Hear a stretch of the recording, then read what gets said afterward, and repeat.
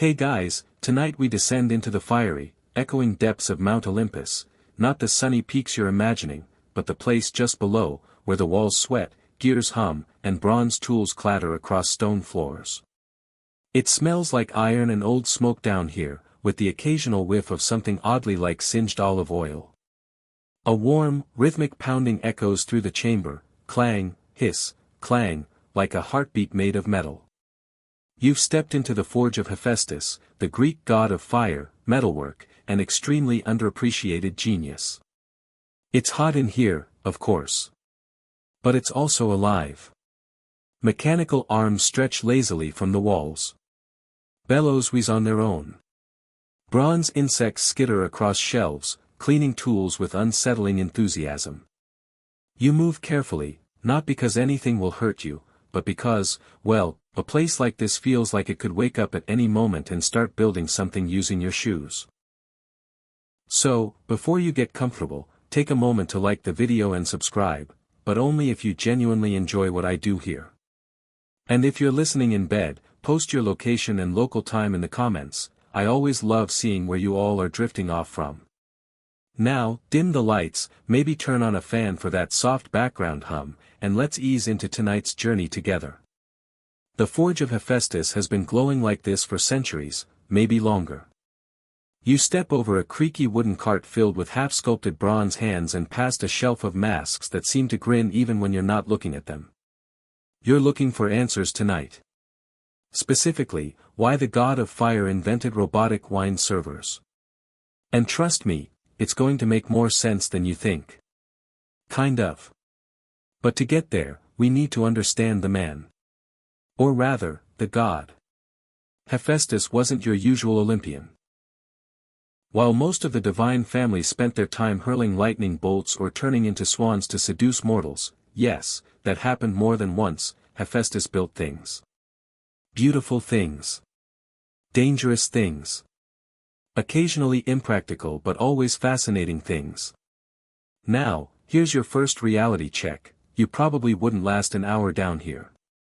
Between the searing heat, the clang of metal on metal that never quite stops, and the occasional three-legged table skittering past like it's late for a meeting, the forge of Hephaestus isn't exactly spa-like. There's no wine bath or marble chaise lounge. Unless you count the one made out of swords. Which you shouldn't sit on. But it is a marvel. And it's a place where myths and mechanics mingle like wine and honey, sweet, strange, and a little sticky. One mainstream fact, in ancient texts like Homer's Iliad, Hephaestus is the only Olympian god portrayed as disabled. He walks with a limp, sometimes with the help of canes, and his movements are described as awkward or uneven. Yet despite this, or perhaps because of it, he's the divine patron of craftsmanship, invention, and intelligent labor. While others throw tantrums or plot seductions, Hephaestus builds. And this forge? It's no ordinary smithy.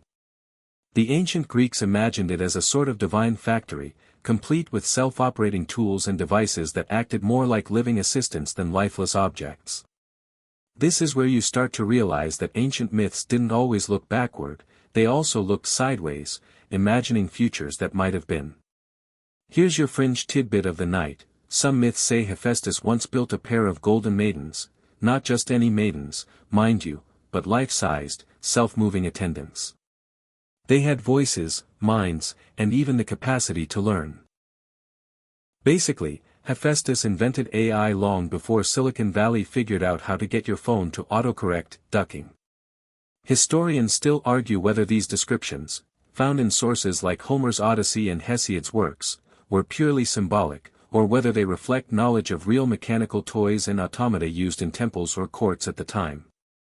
We know that Hellenistic engineers like Hero of Alexandria did build functioning steam-powered devices centuries later. But could Hephaestus' stories be echoes of even earlier tech? Or were they just metaphorical odes to imagination? As you lean against the cool edge of an anvil, watching embers drift lazily in the air like sleepy fireflies, you start to feel the rhythm of the place. Every few seconds, a new sound joins the background, the hiss of steam, the chirp of gears settling into place, the slow shuffle of some unseen automaton wheeling a tray of sculpting tools to a bench. It's quiet. Busy, but quiet. Like a library where the books build themselves. And then there's the divine graffiti, etched into the walls and worktables. Ancient blueprints scribbled beside jokes only the gods would understand. One scrawl reads, "Prometheus still owes me for that fire trick." Another, "If this robot breaks again, I'm melting it into spoons."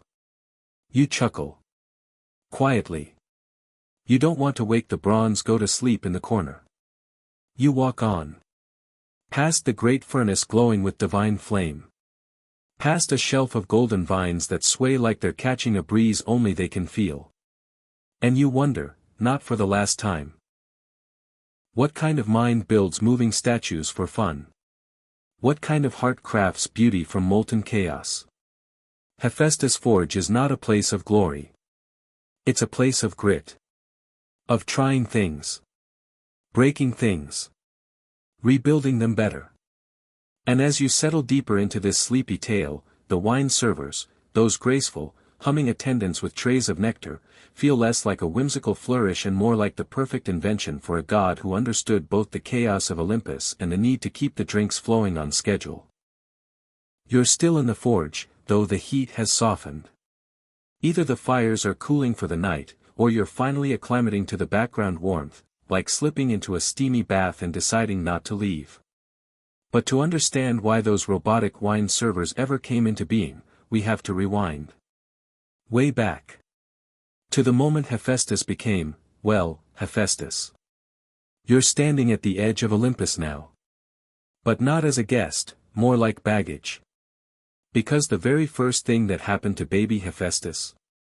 He got chucked off a mountain. According to one version of the myth, the birth didn't go well. Hera, queen of the gods, took one look at her newborn son and saw his twisted leg and awkward form, and decided she'd rather not. So, she flung him off the edge of Olympus like a particularly disappointing boomerang. Which, let's be honest, is not ideal parenting. You'd think gods might have better options, like divine counseling or at least a guilt-induced baby gift. So down you go. Plummeting with infant Hephaestus through thick clouds, past startled eagles, and toward the roiling sea below. The fall takes a full day, some myths say. Which is just long enough to build resentment and a lifelong limp. You land, with a splash so loud it probably startled Poseidon's fish. And there, in the depths of the sea, you're scooped up by two sea nymphs, Thetis and Eurynomy. If the names sound familiar, they should. Thetis is the mother of Achilles, and Eurynomy once ruled the ocean before being demoted by newer gods. Classic divine workplace drama. The nymphs don't mind that Hephaestus isn't pretty. In fact, they kind of love him. They raise him in a coral cave, surrounded by singing dolphins, enchanted kelp, and, possibly, one very judgmental octopus. The young god learns to create things from the flotsam of the ocean, melted shells, scrap metal from shipwrecks, lost tridents, and barnacle-covered brass instruments. His first workshop is soggy but inventive. Mainstream fact break: ancient Greek culture wasn't always kind to physical deformity, often associating it with punishment or failure. But Hephaestus is a rare case. His disability doesn't weaken his role, it defines it. His limp becomes a signature, like a sculptor's chisel mark. His forge is where broken things become brilliant. And here's a quirky tidbit: one obscure version of the myth claims that Hephaestus didn't just survive underwater, he thrived. He built a secret underwater palace made of pearls and volcanic glass. There, he tinkered with shells that whispered messages, and invented early versions of harps that played themselves when exposed to waves. Basically, it was Atlantis meets Radio Shack. Historians still argue whether this sea-based upbringing was a later addition to make Hephaestus more sympathetic or if it hints at older traditions where sea deities were also creators and inventors. There's even scholarly debate about whether Thetis represents a link to more ancient, possibly matriarchal myths, where divine motherhood held more power than Zeus-style thunder-tossing. As you float beside Hephaestus in his watery workshop, you notice the difference in mood from Olympus. Down here, the gods are less bickery. More curious. Less focused on who cheated on whom, and more interested in whether you can bend silver around a bubble of air without popping it. You find yourself exhaling more slowly. Not just because this section is sleepy by design, but because underwater time just feels different. Eventually, of course, word gets out. The gods above realize that the kid they flung away has become something intriguing. Someone's probably seen the glowing sea cave. Or maybe Aphrodite dropped by for a midnight seashell spa and couldn't keep the gossip to herself. So, the family drama stirs. Olympus wants him back. Or at least, Hera does, on her terms. Not exactly a warm reunion. Imagine being invited back to a family dinner where everyone remembers the time they yeeted you off a cliff. But Hephaestus doesn't return empty-handed. No, he brings a gift, and it's one of his finest early inventions, a golden throne. Ornate, polished, humming faintly with some hidden mechanism. Hera sits on it, because of course she does. And then, she can't get back up. The chair locks in place. Invisible shackles. A trap woven from divine engineering and passive-aggressive genius. It's not violent, it's just inconvenient. Embarrassingly so. Cue the tantrums. Zeus stomps. Ares tries to break the chair and ends up tangled in it. Apollo refuses to help because he's busy tuning a lyre. And Dionysus? He pours more wine and watches. Eventually, someone gets the idea to send Dionysus, party god, expert negotiator, and known people person, to convince Hephaestus to come home and let Hera go. Which, surprisingly, works. Hephaestus returns, riding a donkey, quite possibly tipsy, and very much enjoying the spectacle. He frees Hera, with just enough flair to ensure everyone knows who had the upper hand. This is your second reality check. On Olympus, you can be brilliant, indispensable even, but you still need a little flair for drama. Hephaestus learns that lesson young. You walk now through the great bronze hallway of his later forge, not the damp sea cave, but the sprawling, flame-lit workspace inside Mount Etna. The air smells of sulfur and iron and something almost sweet, like cinnamon bark. Shadows stretch across the walls, cast by mechanical birds fluttering overhead, their wings ticking like pocket watches. Somewhere, faintly, the sound of wine being poured. You're getting closer to the invention. But not yet. Because before there were wine servers, there had to be a reason to build them. And as you'll soon find out, nothing motivates a tired, one-legged god like watching drunk immortals make fools of themselves at dinner. You're still in the forge, though now the bronze walls have started to narrow into a long corridor. It slopes upward, gently, spiraling around a central shaft of warm, rising air. You don't walk as much as drift forward, lulled by the rhythmic clank of gears and the occasional tinkling laughter of some device having too much fun organizing itself. The air begins to carry a new smell, roasted figs, honeyed wine, and something vaguely floral. You're not in the depths of Hephaestus' world anymore. You're approaching a different sort of Olympus, one with polished marble floors, music you can't quite locate, and immortals sipping from cups that refill themselves. Welcome to the divine dinner party.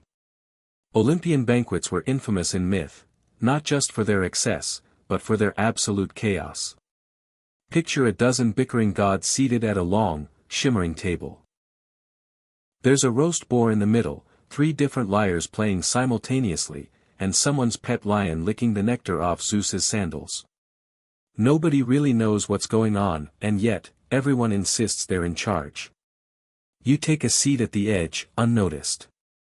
Which is good, because tonight's guest list includes Aphrodite and her wildly complicated love triangle, Dionysus with a wreath of half-wilted grapes, and Hermes trying to cheat at divine Pictionary. And somewhere near the middle, staring at a cup that just tipped over again, is Hephaestus. He doesn't say much, and why would he? These gatherings are never really his scene. He builds the thrones they sit on, the goblets they drink from, the plates that shimmer with celestial glaze. But he's rarely invited to the good gossip. He's the guy who makes the party happen, not the one they toast. Here's your mainstream fact: the ancient Greeks believed that the gods behaved much like humans, but with fewer consequences. They feasted, argued, and plotted. Banquets weren't just for show, they were acts of divine order and chaos alike, used to settle disputes, declare alliances, and occasionally start the Trojan War. Looking at you, golden apple. But for Hephaestus, these feasts were more like performance reviews in disguise. And if the gods spilled one more amphora of wine, he was going to invent something very specific out of spite. Which brings us to our quirky tidbit. According to one of the lesser-read fragments of the Homeric epics, Hephaestus grew tired of pouring wine for the other gods, especially after one too many of them mistook his limp for clumsiness. So he created golden tripods, moving, self-willed machines, that rolled around the banquet, gracefully delivering goblets of nectar. No spills. No backtalk. No one making passive-aggressive comments about how long it took this time. These early prototypes would evolve into the famed automated wine servers, golden attendants with delicate hands, smooth movements, and impeccable timing. They didn't speak, didn't complain, and never dropped a tray.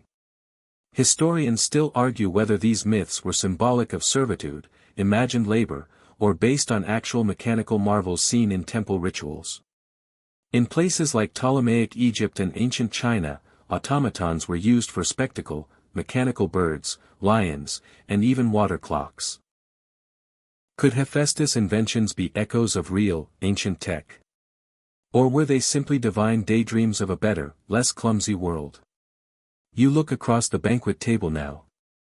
Dionysus is explaining the subtle flavor notes of a wine that definitely tastes like fermented pine needles. Apollo and Artemis are deep in an archery-themed pun war. And Aphrodite? She's flirting with both Ares and the mirror. Hephaestus watches.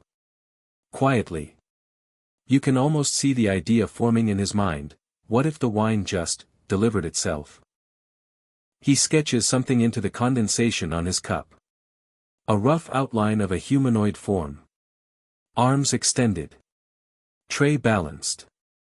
Wheels underneath, maybe. Or slender legs like reeds that never stumble. A wine server that won't laugh, judge, or spill. That's your second reality check. Genius doesn't always strike with thunder. Sometimes it arrives in the middle of a crowded dinner party, when you're tired of being bumped, overlooked, and asked to carry yet another goblet to someone who won't say thank you. You walk with him now, back to the forge, past rooms humming with magic and steam, where gears turn slowly like dreaming turtles. The plans are already forming, but Hephaestus won't rush them. No. These creations will be part art, part protest, and all brilliance. Back in the workshop, he clears a table. Sweeps off the clutter with one hand. Places the sketch down and begins shaping the first component, a hand. Not a rough one, but elegant. Delicate fingers that curve just so, designed to cradle the neck of a wine amphora like a dancer's wrist. He turns to his bronze owl assistant, which hoots softly and flaps once. A signal: the design is underway. Somewhere above, the gods are still feasting. Still bickering. Still wondering where the wine has gone. They don't know it yet, but soon they'll never have to wonder again. The forge hums with a rhythm now. You feel it in your feet, a steady thrum that pulses like a heartbeat, sinking to the slow, deliberate motion of Hephaestus shaping bronze. You watch as he molds, melts, and coaxes form from metal.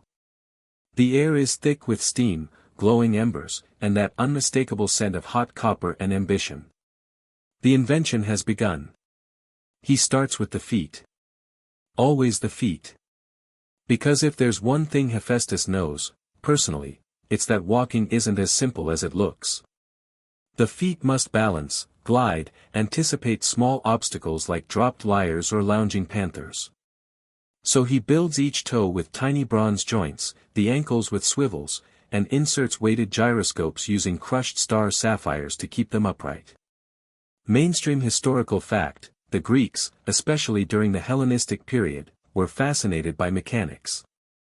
Archytas of Tarentum, a philosopher and engineer, is credited with building a flying wooden pigeon propelled by steam. Hero of Alexandria, centuries later, would describe complex automata used in temples, powered by water, steam, and cleverly arranged counterweights. Hephaestus, though mythical, mirrors this ancient obsession with animate machines. Now, the legs. Not just rods, graceful constructs. He fashions them from electrum, a natural alloy of gold and silver, polished until they gleam like morning sunlight. They're not merely practical, they're beautiful. Because everything Hephaestus makes carries that paradox, function wrapped in elegance, strength hidden in delicacy. Quirky tidbit incoming: in one obscure vase painting, you squint a little to imagine it, there's a depiction of what looks suspiciously like one of these automatons pouring wine for a reclining god. Most dismiss it as symbolic, or possibly a servant in a very shiny costume. But a few scholars insist it's a nod to the myth of Hephaestus' creations. And possibly the earliest comic panel in history, judging by the slightly flustered expression on Dionysus' face as the wine overflows. Next comes the torso, shaped to hold an internal reservoir of nectar. Hephaestus doesn't skimp here. He installs a temperature-regulating system, pipes that coil like intestines, only these cool or warm the wine to divine preference. One twist of a dial behind the shoulder blade, and it chills like mountain spring. Another turn, and it's the warmth of a summer vineyard. The arms are fitted with gentle servos. You watch as Hephaestus mutters to himself, adjusting tension with a small golden screwdriver that's also a tuning fork. He's trying to make the grip soft enough to cradle a goblet, firm enough to resist the occasional immortal wrestling match. You'd be surprised how many of those start over spilled wine. Historians still argue whether stories like this are metaphors for lost knowledge or just ancient people having a laugh.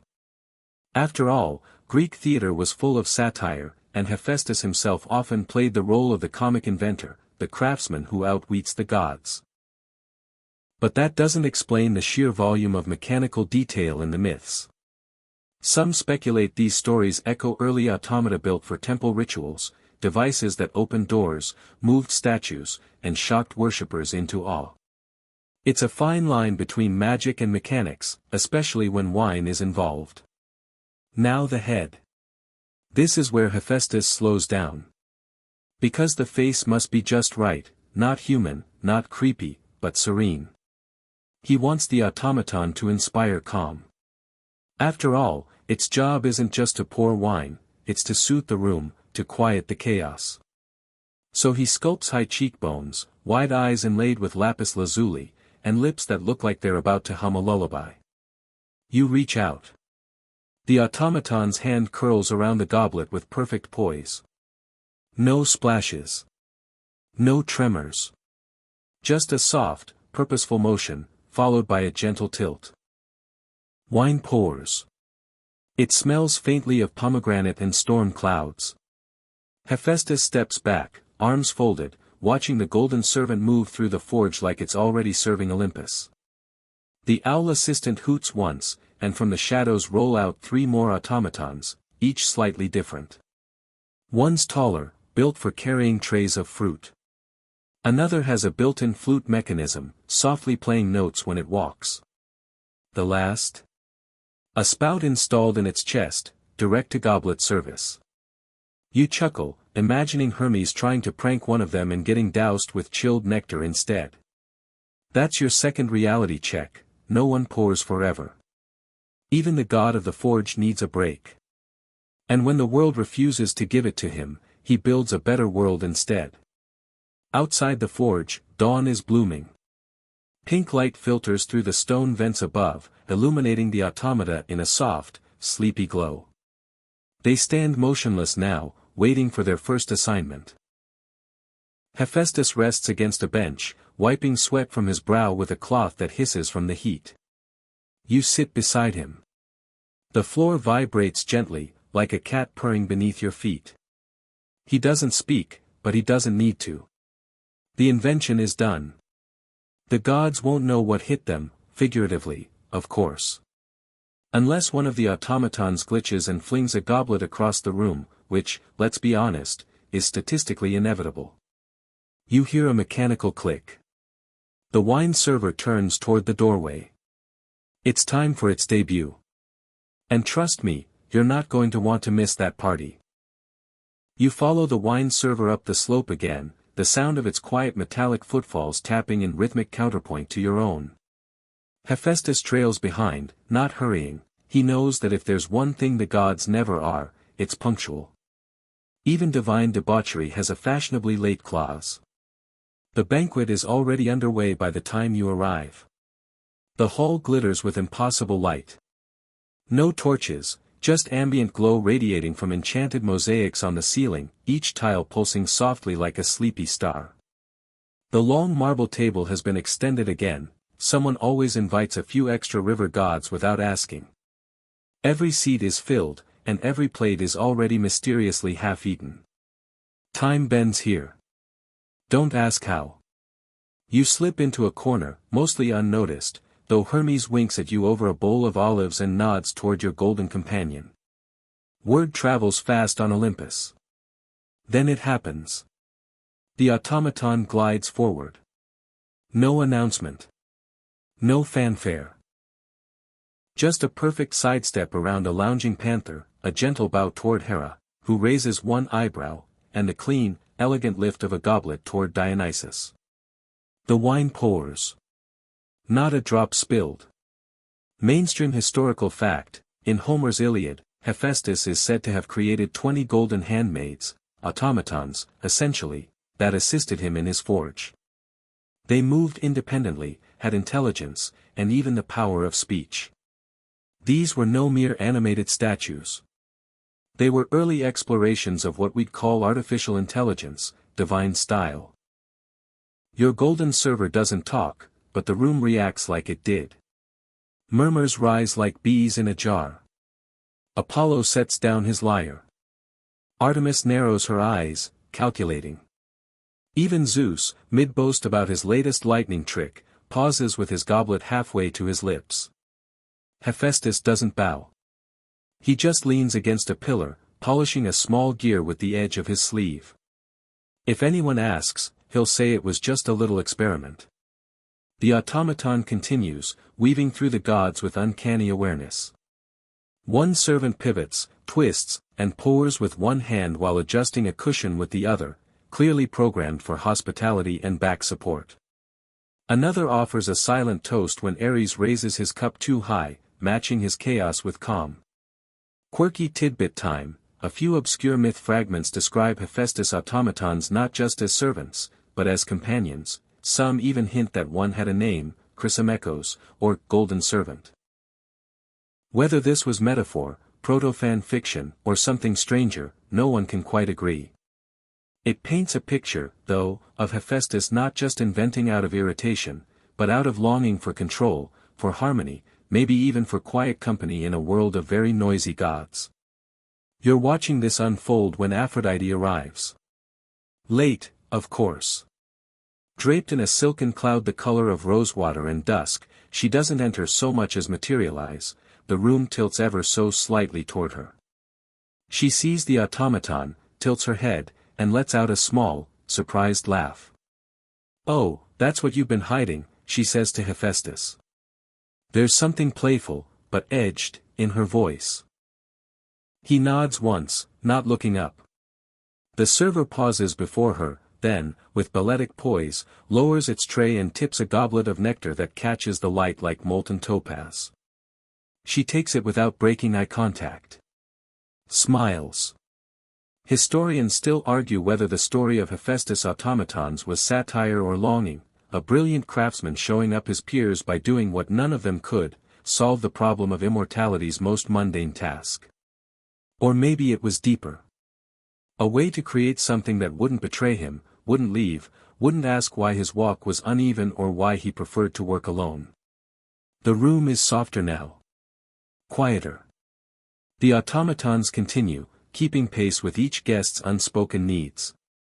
It's not just about wine, it's about presence. About knowing when to approach and when to retreat. Hospitality, elevated to performance art. One gently fans Hestia, whose hearth burns low in her cup.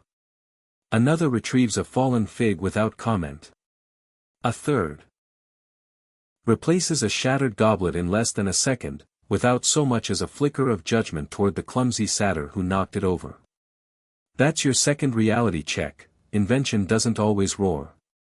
Sometimes, it simply whispers, you don't have to do this alone anymore. You lean back and take in the strange peace that settled over the table.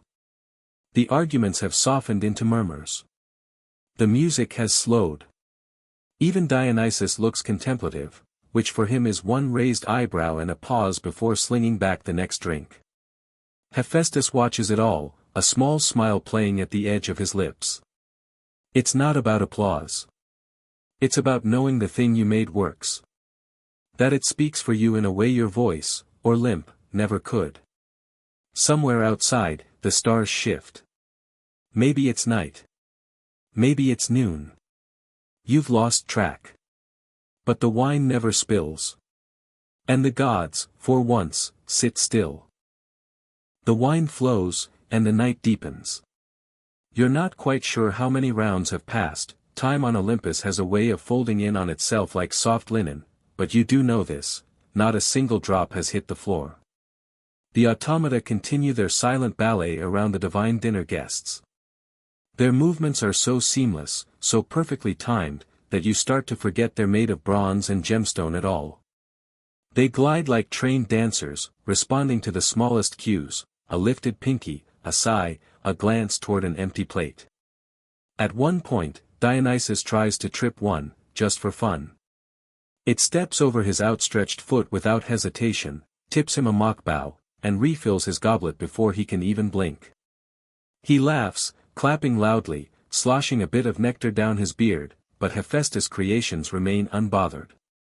You think you catch the briefest twitch of a grin on one automaton's otherwise serene face, but maybe you're imagining things. Mainstream historical fact. In ancient Greek symposiums, those formal drinking parties attended by elite male citizens, wine pouring was an art. Slaves, often young boys or girls, were trained to pour just enough without overfilling, to mix the wine-to-water ratio properly, typically 3-to-1, and to avoid spilling while navigating crowded lounges. Their grace was a point of pride. Hephaestus, in this story, simply removes the need for humans to perform the exhausting part of that ritual. And it's not just the pouring. One automaton now carries a lyre and plays it quietly as it circles the room. The tune is hypnotic, soft, repetitive, just unfamiliar enough to feel eternal. You catch yourself swaying slightly, lulled by the gentle rhythm and the warm air perfumed with pomegranate, myrrh, and roasted pine nuts. Ares has stopped bragging about battle wounds. Athena, eyes closed, rests her head against one hand and seems to be meditating. Even Hermes, who never stops fidgeting, has gone still. Quirky tidbit, a 2nd century BCE treatise by Philo of Byzantium describes a wine-pouring machine using air pressure and siphons that reacts to the level of fluid in a cup.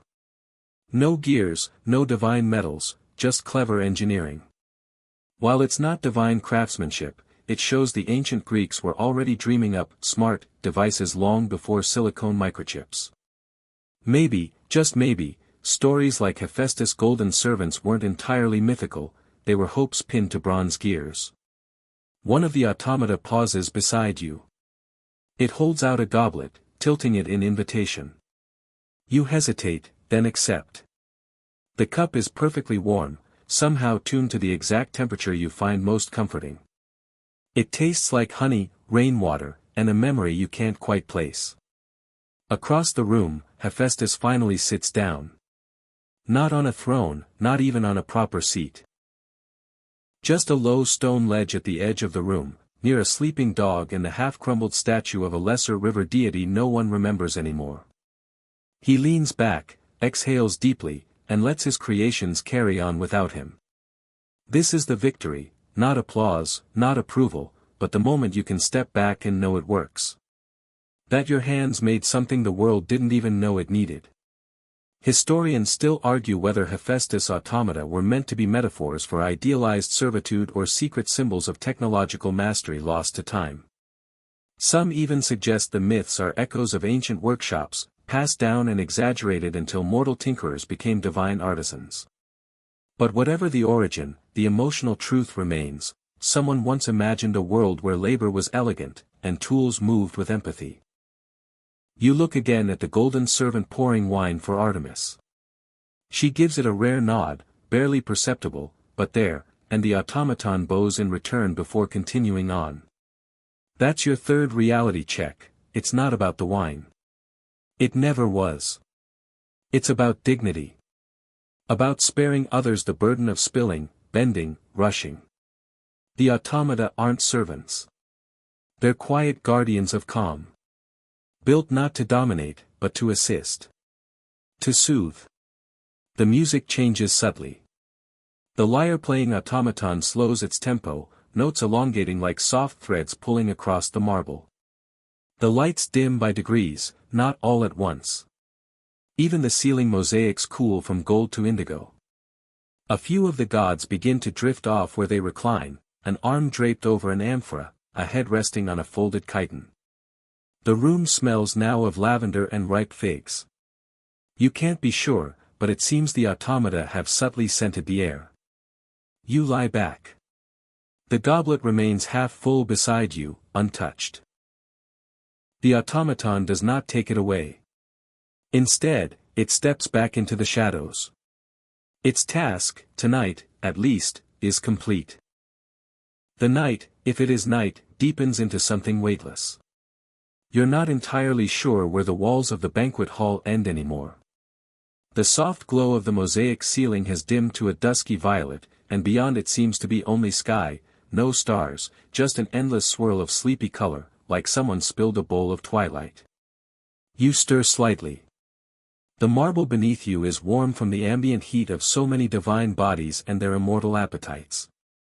A sandal thuds lightly nearby, dropped by a snoring river god, and you wonder if anyone ever cleans up after these things. One of the automata glides by with a tray of candied lotus petals. You don't reach for one, but it hesitates beside you anyway. Almost, considerate. Then, just as silently, it moves on. Hephaestus, still slouched on the stone bench, watches the room with half-lidded eyes. The automata continue their rounds, but at a slower pace now, like they too are winding down. Processing fewer requests, lingering longer near sleeping guests, dimming their inner glows. If machines could yawn, they would. Mainstream historical fact: Hephaestus wasn't just the god of fire and forging, he was patron to craftsmen of all kinds, including builders, armorers, and even early engineers. In later Hellenistic periods, temples of Hephaestus in cities like Athens became informal hubs for artisans, often filled with tools, diagrams, and even bronze models of working mechanisms. His myth became a kind of blueprint for creative solitude. You glance down at your fingers, where a fine layer of dust from the forge still clings. You're not sure how long you spent down there, hours.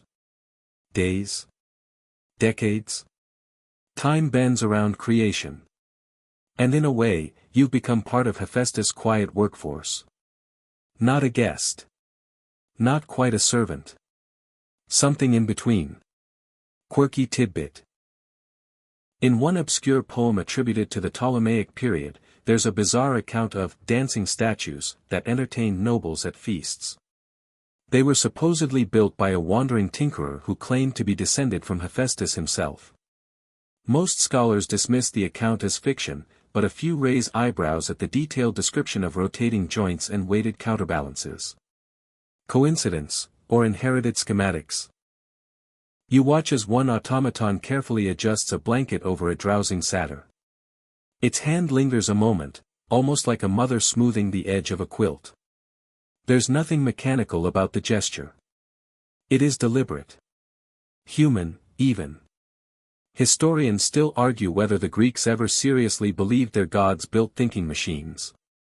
Some suggest these myths were symbolic of divine power over nature and labor. Others propose they were simply dreams, the hopes of a society that, like ours, wished work could be done without suffering. But there's something strangely modern about Hephaestus' creations. Not just functional. Not just obedient. Kind. And that's your fourth reality check. What if the real miracle isn't that Hephaestus made machines, but that he made them gentle? You drift a little, lulled by the quiet repetition of clinking goblets, the fading notes of the lyre, the faint scent of sandalwood. Around you, the gods breathe evenly, no squabbling, no boasting, just rest. Somewhere in the distance, you hear the forge again. Not loud. Not furious. Just steady. Rhythmic. Almost like a heartbeat. You wonder, are the automata still connected to it somehow? Is there an invisible thread between this peaceful scene and the deep fires below? You imagine Hephaestus down there alone, long before any banquet was dreamed up. Surrounded by silence and sparks. Shaping arms. Legs. Faces.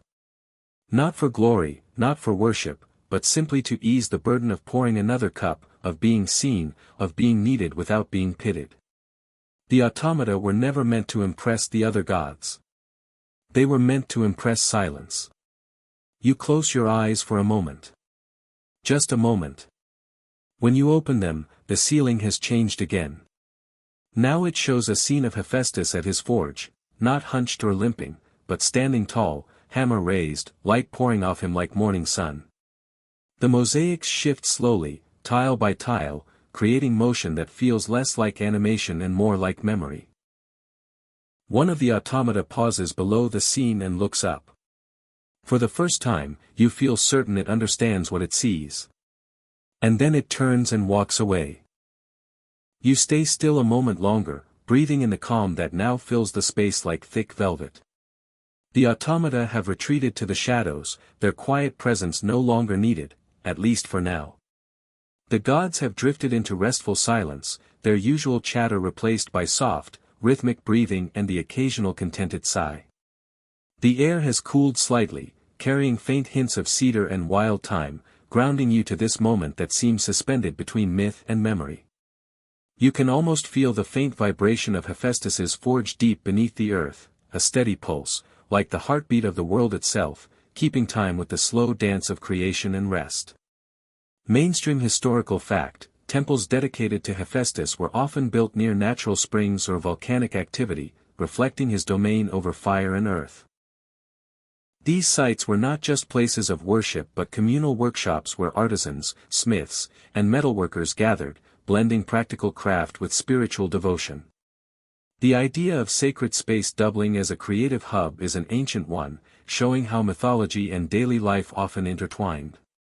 A breeze rustles through an unseen window, carrying a soft whisper of distant voices, perhaps echoes from the mortal realm or faint murmurs from the neighboring realms of gods. You wonder what stories the wind might carry if only you could understand its language. Quirky tidbit, some ancient texts mention small, clockwork birds said to be crafted by Hephaestus himself. These mechanical creatures were believed to mimic the songs of real birds perfectly, their metallic feathers catching the light in a way that dazzled onlookers. Whether myth or early robotics, the notion hints at a timeless fascination with blending life and machine, a fascination you're witnessing unfold tonight. Historians still debate the symbolic meaning behind Hephaestus's creations. Were they merely demonstrations of divine skill, or allegories for human ingenuity and the quest for harmony between nature and technology?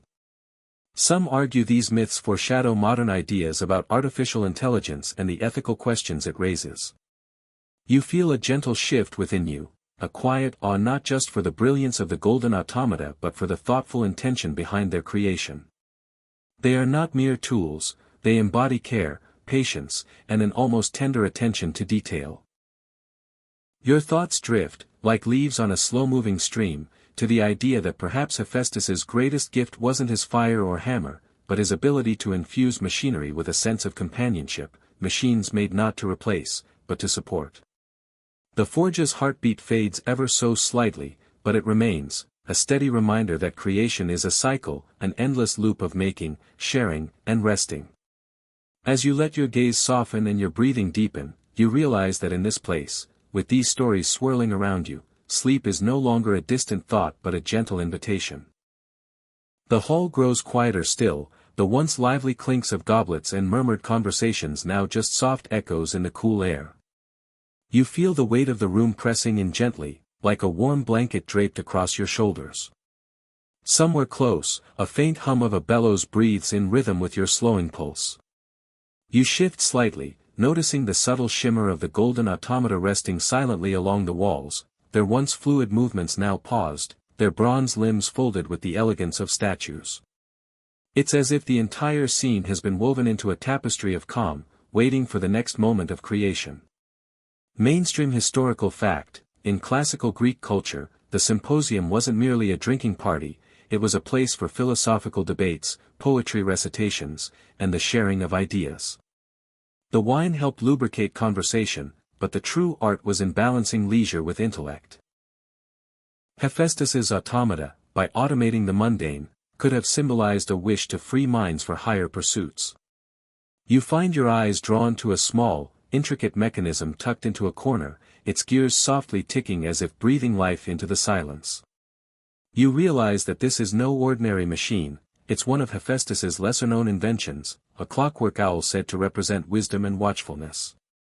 The owl's eyes glimmer with tiny jewels, reflecting the soft light like stars trapped in glass. Quirky tidbit: ancient poets sometimes described Hephaestus's forge as a place where metals sang, a poetic metaphor, of course, but recent scholars speculate it might hint at early experimentation with sound-producing devices or musical automata. The idea that the god of fire also created machines that could sing adds a delightful layer of whimsy to his workshop's reputation. Historians still argue whether these stories were attempts to explain natural phenomena through myth or early expressions of human curiosity about technology's potential. Some believe the mythological automata served as allegories for craftsmanship's blend of art and science, rather than literal mechanical inventions. You listen closely, feeling the gentle rhythm of the workshop's legacy pulse through the hall.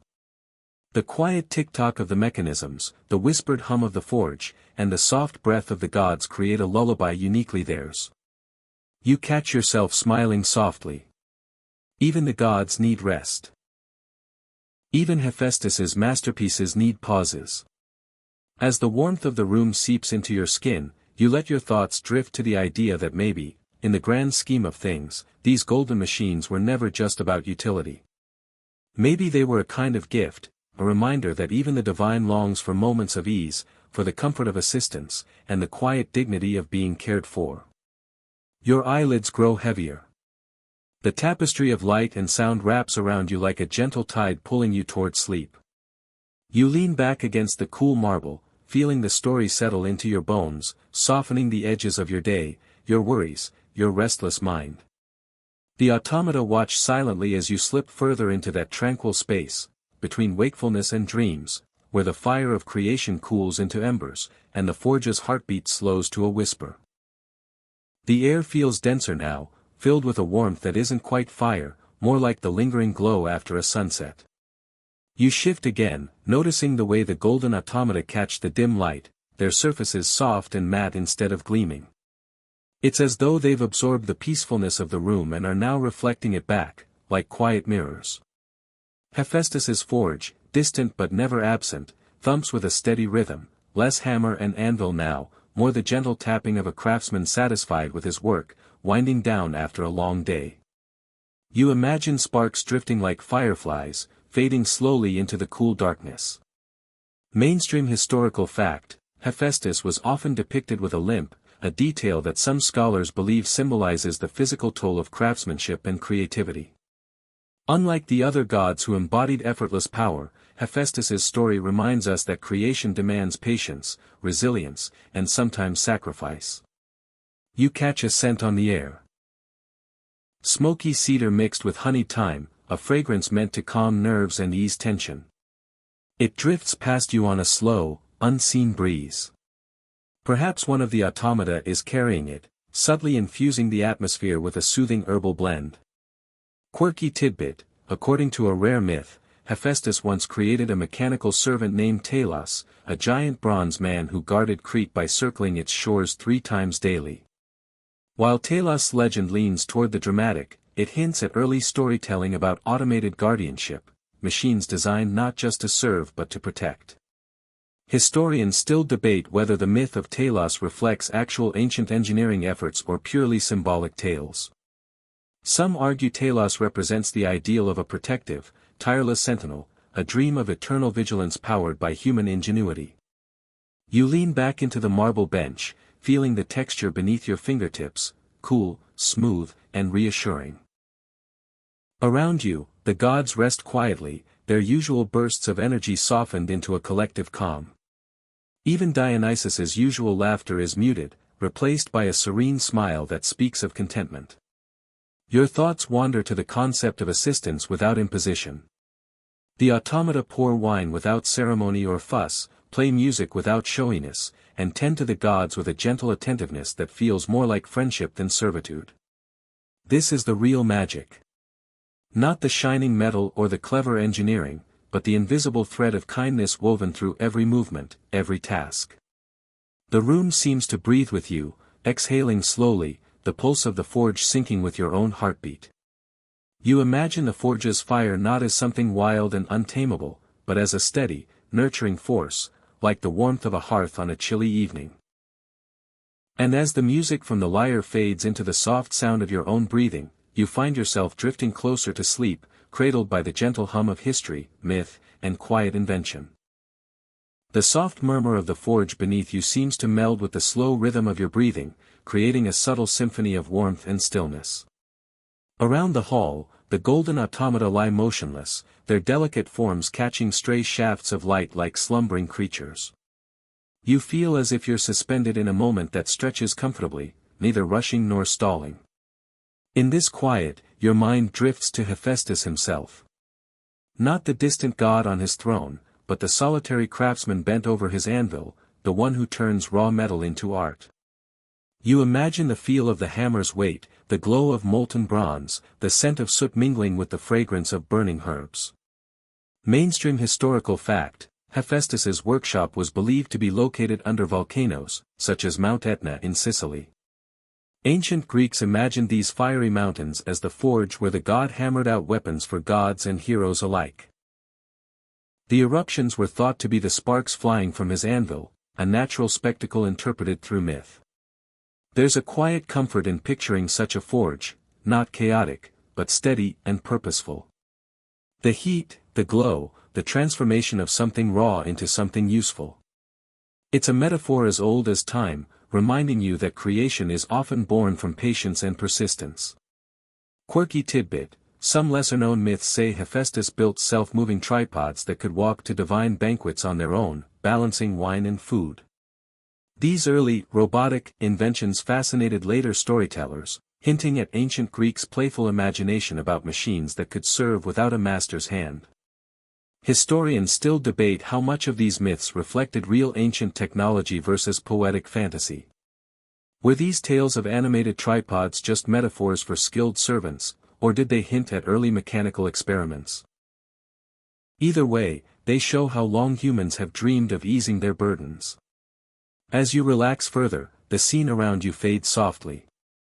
The golden automata seem to breathe, their forms blurring gently like clouds. You feel yourself folding into the calm, wrapped in the comforting rhythm of Hephaestus's world. Your thoughts slow, the room's warmth sinking deep into your limbs. The idea of machines made with care, designed not just to function but to soothe, lingers in the quiet space between wakefulness and dreams. A final thought comes to you before sleep gently tugs at your mind. Perhaps Hephaestus's greatest invention wasn't a machine at all, but the gift of quiet companionship. The warmth around you deepens, the quiet hum of the forge now a gentle pulse beneath the skin of the world. You feel yourself sinking further into the calm, like a soft stone settling into the cool riverbed. The golden automata remain poised in graceful stillness, their delicate joints resting but ready to move at a moment's notice. Your mind drifts to the other gods who rely on these mechanical servants. You imagine Athena, goddess of wisdom, accepting a precisely poured cup of wine without lifting a finger. Hermes, ever the trickster, perhaps chuckling softly at the cleverness behind these creations. Even Dionysus, whose parties could stretch into chaos, trusting the automata to keep order with quiet efficiency. Mainstream historical fact: Greek myths often assigned gods distinct domains, but many shared responsibilities for everyday needs, like food, drink, and music. The idea of mechanized helpers reflects an ancient yearning for ease in divine life, much like mortals' own hopes for comfort. Quirky tidbit: there's a lesser-known tale about Hephaestus creating a golden dog that could sniff out hidden treasures and guard his workshop from intruders. This mechanical canine was said to have eyes that glowed like embers and moved with uncanny precision, an early mythic prototype of robotic pets.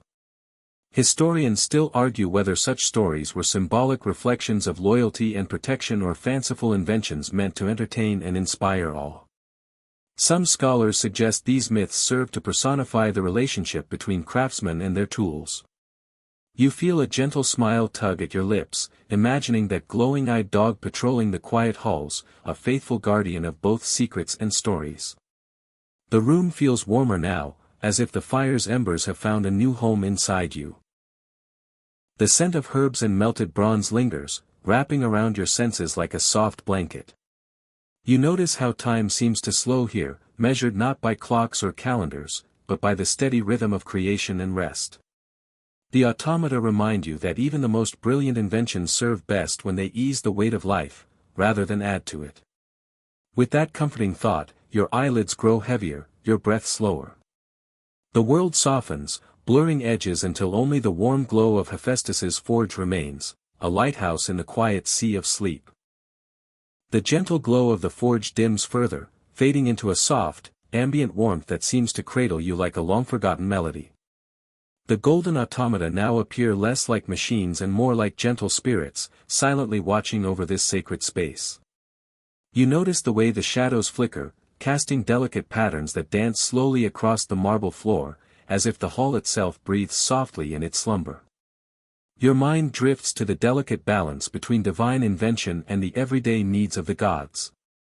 These automata were never meant to dazzle with complexity alone but to provide a kind of effortless comfort, a whisper of care in a world of immortal grandeur.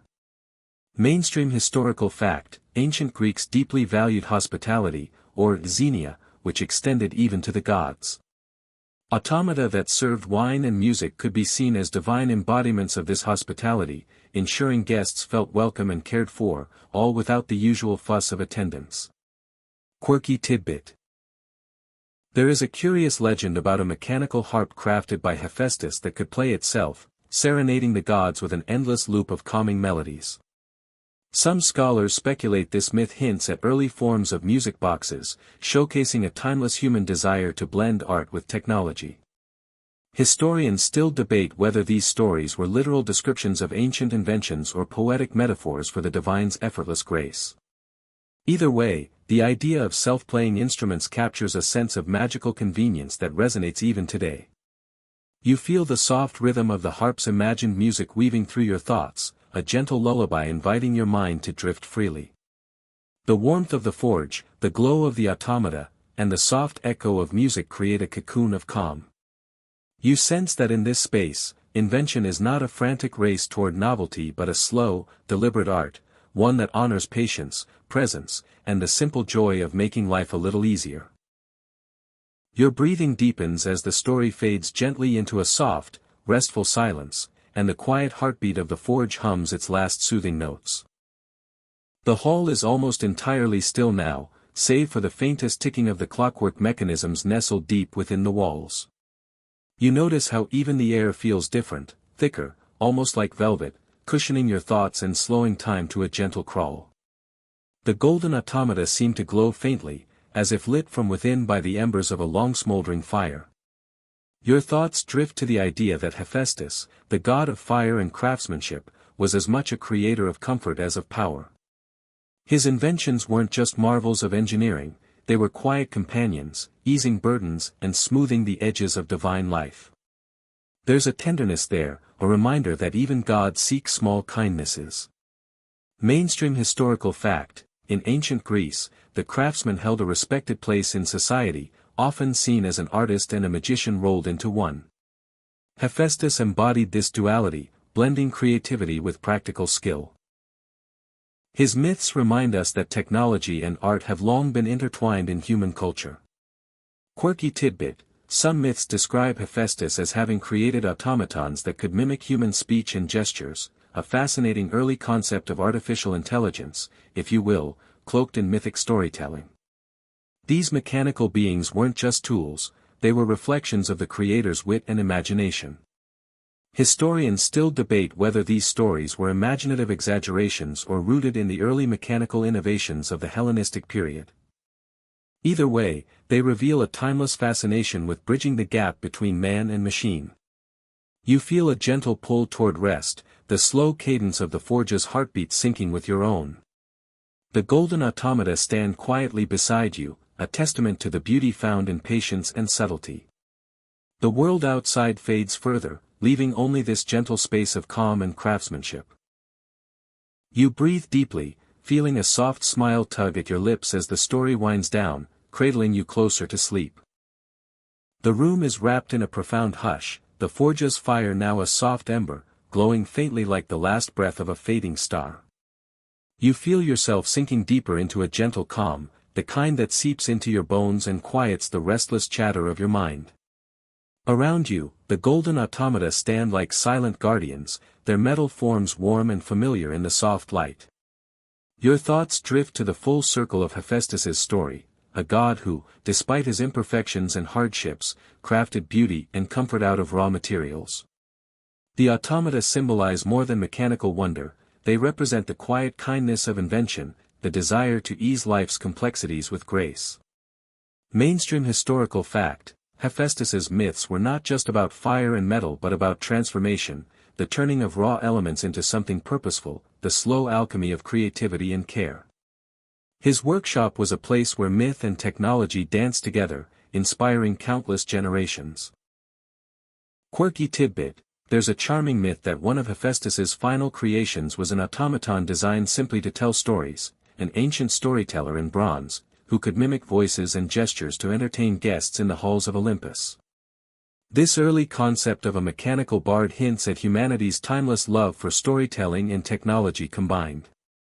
Historians still debate the origins and interpretations of these myths, pondering how much reflects early technology and how much poetic imagination.